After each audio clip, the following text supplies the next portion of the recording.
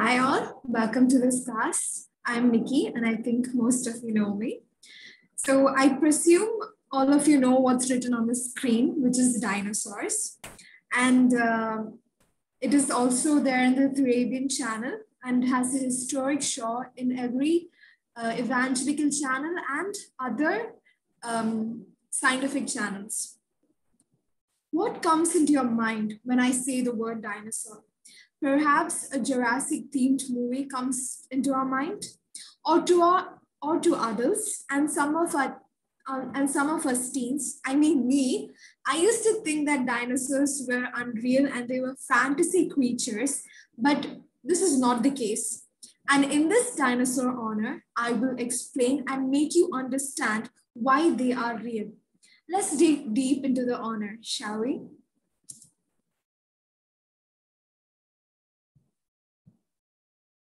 Question number 1. What does the term dinosaur mean? Who used that term for the first time? The word dinosaur is a Latinized combination of Greek roots named Dinios, meaning terrible, and Soros, meaning lizard. So the word actually means terrible lizard. Sir Richard Owen, a British taxonomist, coined the term in the early 1840s.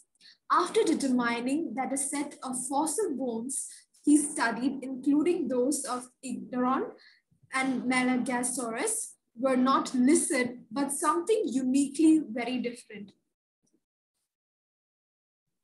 Now, there are several common characteristics of dinosaurs that separate them from reptiles.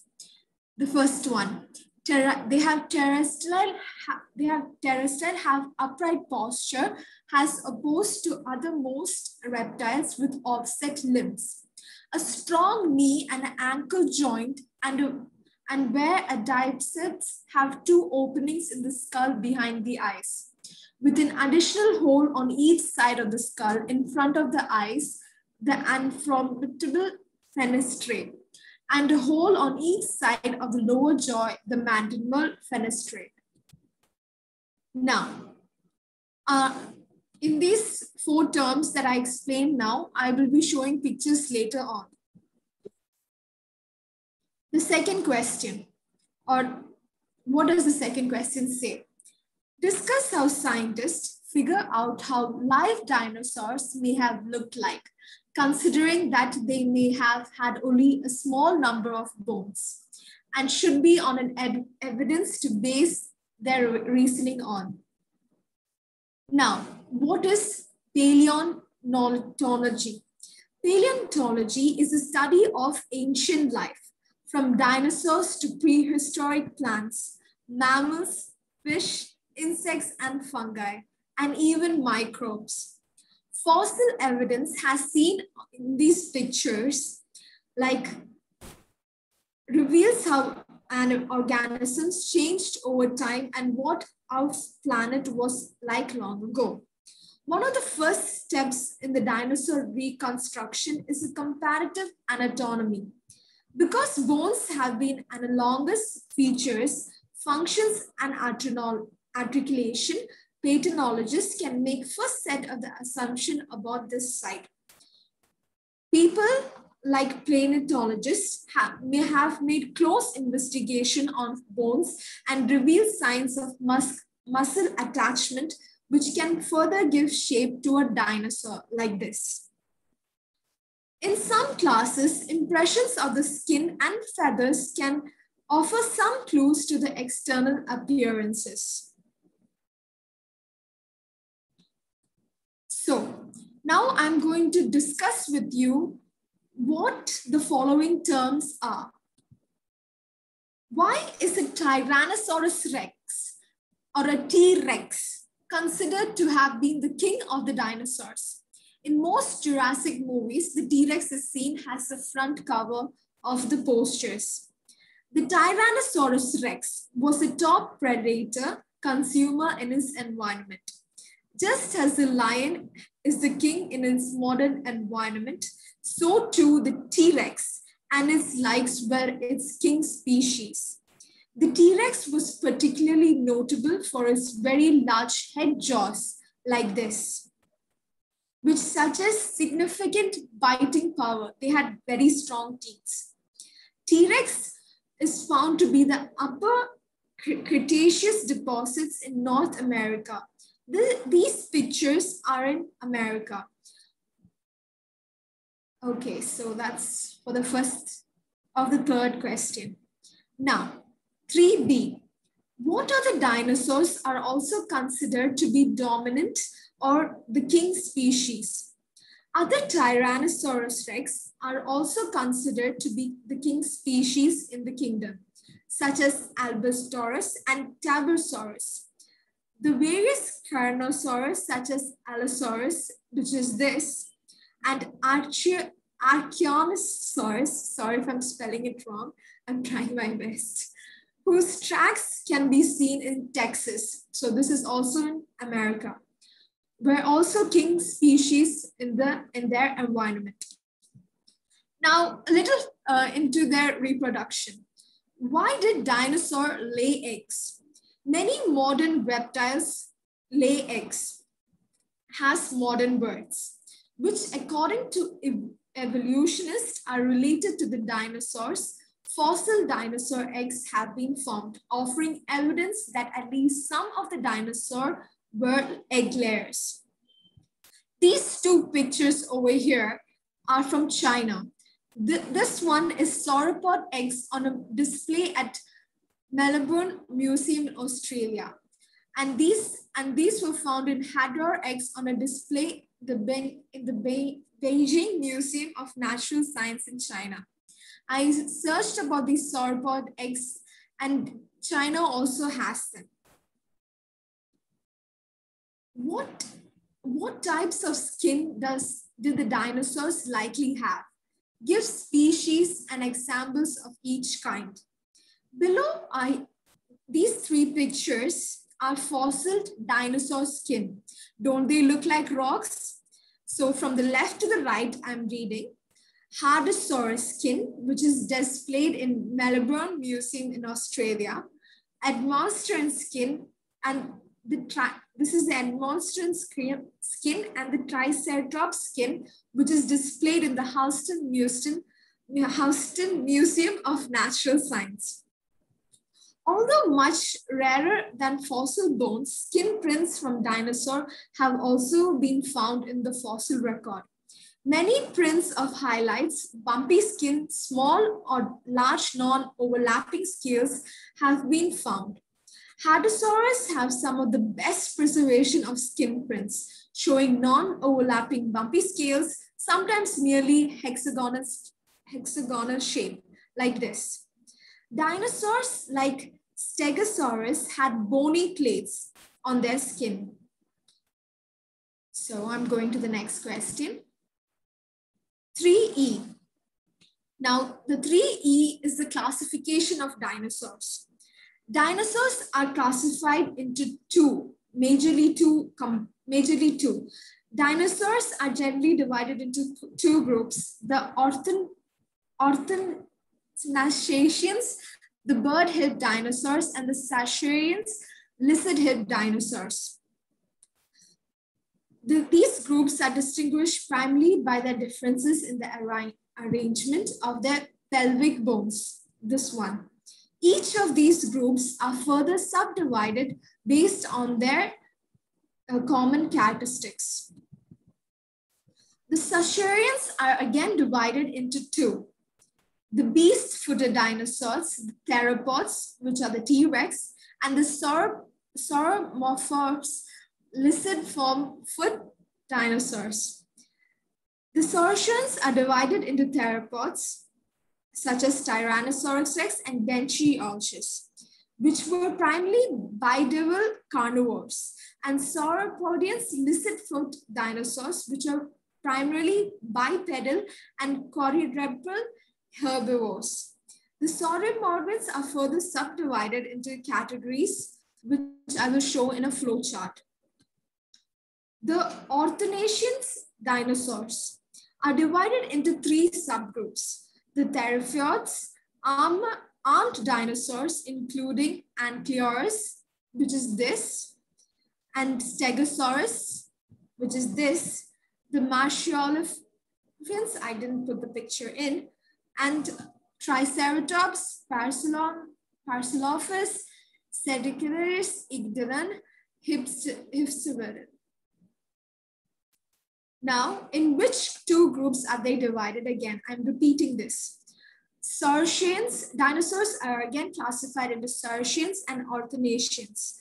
The smaller Percodont before the lizard-foot dinosaurs were mostly herbivores, and they were bipedal early dinosaurs from the late Triassic to early Jurassic, including Satura. I'm so sorry, I can't pronounce these names properly. The largest sauropods were the lizard-foot dinosaurs. In some cases, grew to massive size and were characterized by long necks and tails, relatively small heads, and primarily in quadrupedal gait, and generally herbivorous diet. Sauropods include Apatosaurus and Brontosaurus. 3F. What are marine and flying reptiles not considered dinosaurs? Give example of these creatures. Dinosaurs are properly those animals which include the superorder Dinosauria, a group of terrestrial reptiles characterized by their stance, by stronger ankle and knee joints, and by an anterotal and mandibular fenestrae. Marine and flying reptiles come from different lines of reptiles. Now, these three pictures are about flying reptiles. This picture over here was found in Huston Museum of Natural Science. This one over here also was found in Huston. This, if you can see clearly, they're all having another bone which connects it to the main body, and this bone is known as his wing. This over here is from Melbourne Museum in Australia. This again, as you can see, they're showing the wings of the bones of the dinosaur here. This is again found in Texas Memorial Museum. This over here, you can't see the wings clearly, but this is one of its left wing, and I think this is the right wing. Over here is the same thing. You can see this wing over here and then other wing over here. This was found in Melbourne, Australia, and this is in American Museum of Natural History. Now this slide is of marine reptiles. Marine reptiles are in several groups, including superorder of Saxopereia. The marine reptiles are pictured below. Beginning from top left, these two are plesiosaurians. And these two, this one and this one is Momosaurus. And these two are Ichthyosaurus. This one is again found in the Texas Museum, and this one also. As you can see in the before slide, these dinosaurs have wings. But these skeletal structures don't have wings. Instead, they are found to be having a fossil shape with, as you can see, this dinosaur over here, you can see a small fin, scales, and a tail. And same for this also. We can see its beak. And you can see beaks or like, they can be, I'm not very sure about this. I should research more. I'll tell you guys more about it in the next class. Okay, now question number 4, question number 6, question number 8 are linked together, and I'll explain in the discussion session after I finish. Now, we're going to identify some dinosaurs using their pictures and sketches.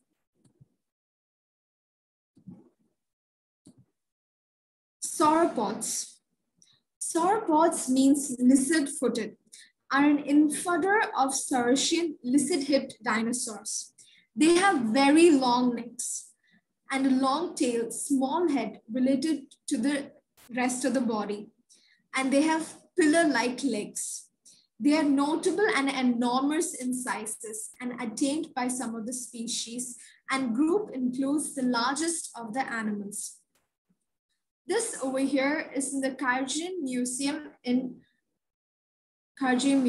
and this is found in the American Museum. As you can see, this dinosaur over here is really very tall, and this also has a very long bone structure for its neck. Over here also it has a very long structure for its neck. So sauropods have a very long bone structure for its neck. The theropods. The theropods were commonly bipedal with a relatively large head and a balancing tail. They were primarily carnivorous and include the Tyrannosaurus rex, which is this. The Tyrannosaurus rex is again the king of the species. This is the Allosaurus and it's found in the in Houston Museum of Natural Science. I think most of the dinosaur pictures are from Houston Museum of Natural Science and American Museum of Natural History and Melbourne Museum of Australia.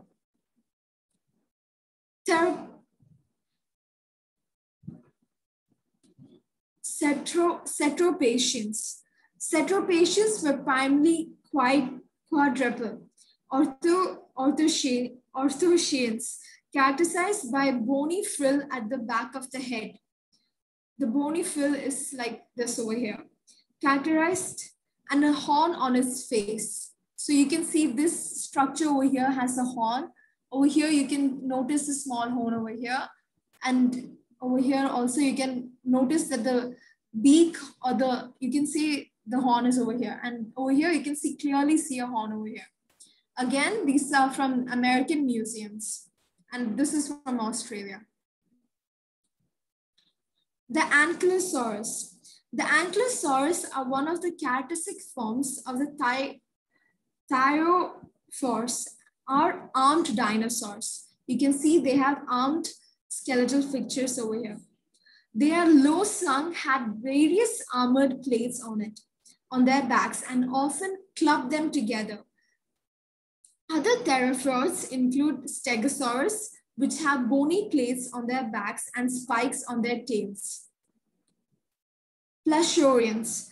Plesiosaurians were marine reptiles with an oval body and a long tail and a neck and flimmered limbs.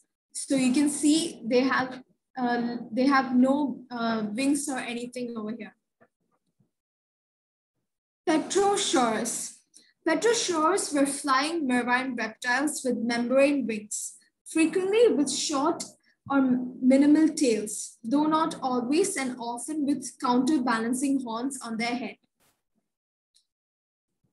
Now, we're going to discuss, and I want someone or like few of you to keep your Bibles ready with you. Are you guys ready? Can someone please say yes? Hello?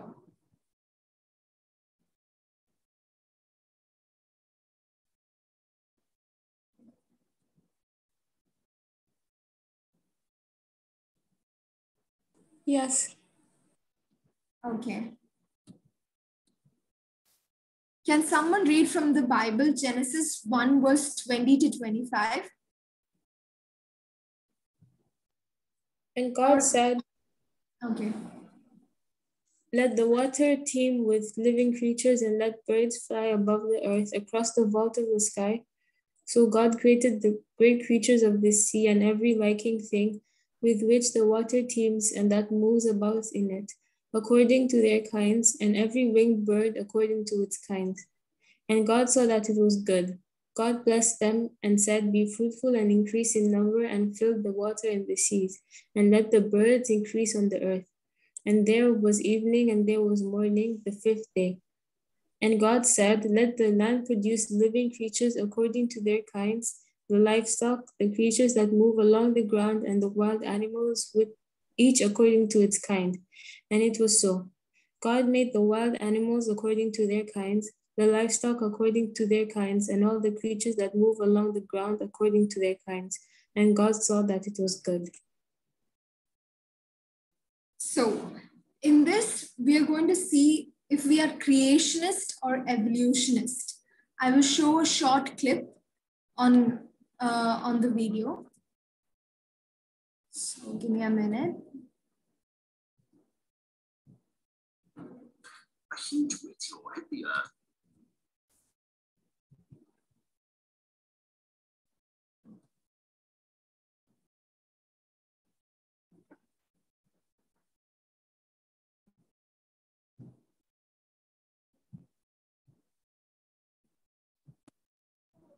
And set the world on fire. A huge... Can you guys hear? Hello? Yeah. Yes. A huge meteor hit the Earth and set the world on fire.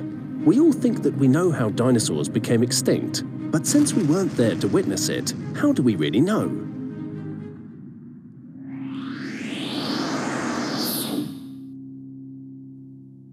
In 1825, a geologist named George Cuvier looked at the different layers on the ground and linked them with how old they were.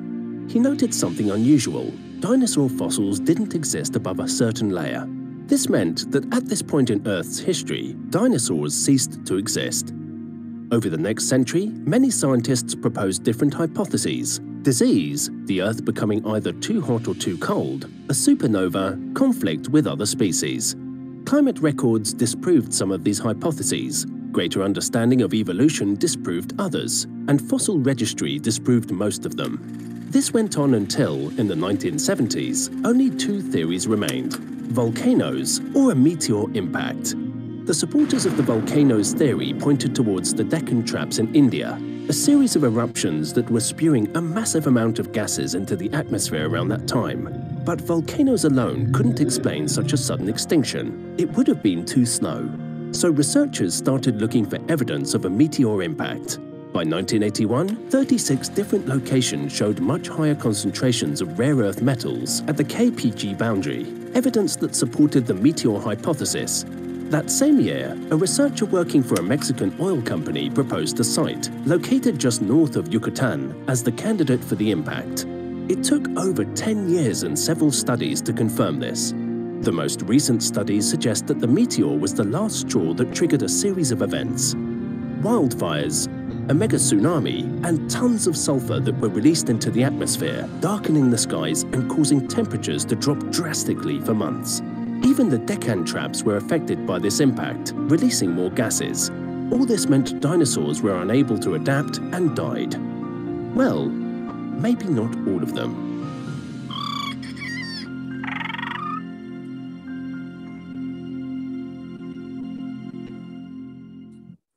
So that over there was the evolution theory.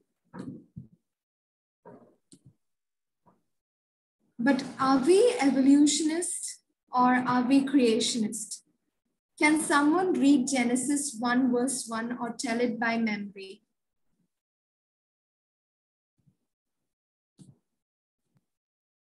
Hello? Can you guys hear me?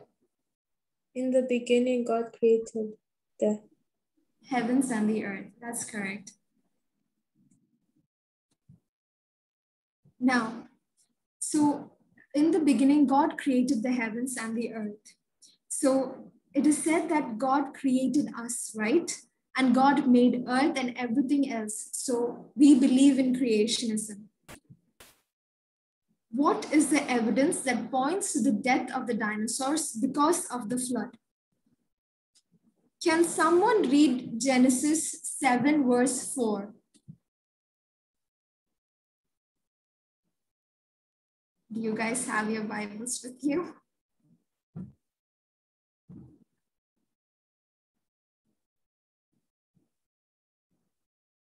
Should I ask someone to read? Should I pick someone? Wait. Genesis. Genesis 7 verse 4. Thank you, Chanchu.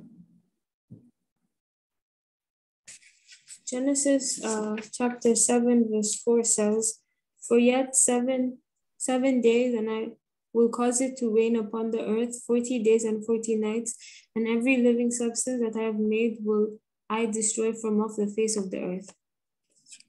Okay, and now I will read Genesis 7 verse 21 and 22. "And all flesh died and moved on the earth, birds and cattle and beasts and fish and every creeping thing that creeps on the earth, and every man and in whose nostrils was the breath and the spirit of life. All that was in the dry land had died. So now we know that everything perished and dinos are now fossils. This is the creationist theory. The evolution theory is what you saw in the video clip. Fossils of dinosaurs have been discovered around the world. There are also fossil dinosaur footprints. The biblical flood found in Genesis would explain how many dinosaurs could be quickly killed and buried to be preserved as fossils. If an animal dies, it is not buried quickly under extreme conditions. It does not usually fossilize. Even evolution believing scientists agree that dinosaurs were killed off in a global catastrophe. And in the Bible, it is said that the flood was a global catastrophe. The big debate is when the catastrophe happened. So, as Christians and Pathfinders, we should always be careful with the scientific estimations of the age of specimens which do not match God's word. Some scientists will say about 4,000 years or 5,000 years ago, these dinosaur bones were found, but this is all false. Now, discussion and assignments. I'm almost done with my class. Number 4, you should individually or a group make a diagram of the foot shape of the dinosaur who is supposed to be at the top of the chain. Who is at the top of the chain? The Tyrannosaurus Rex. And what is the purpose of this dinosaur? Guys, saying my net connection is unstable. I can hear you. You're breaking, that's all.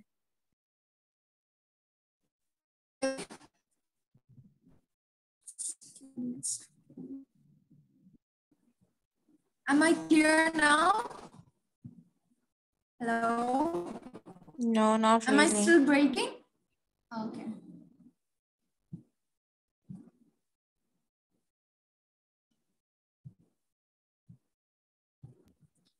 So, in question number 4, you should make a diagram of the food chain of the dinosaurs, as I said, and be at the top of the chain. You can either choose Tyrannosaurus Rex or anything else. But at the top of the chain is the T-Rex. Now, you can link question number 4. You can link question number 4, 7, and 8. Either you can make a diagram or write an essay of at least 150 words, or draw a poster, or make a short video. In this, I will tell you more. I will give a Google Classroom, and I have a worksheet also for you guys, so you can attach your worksheets along with it. So yeah, I hope the class was okay. Roland, I'm done with the class.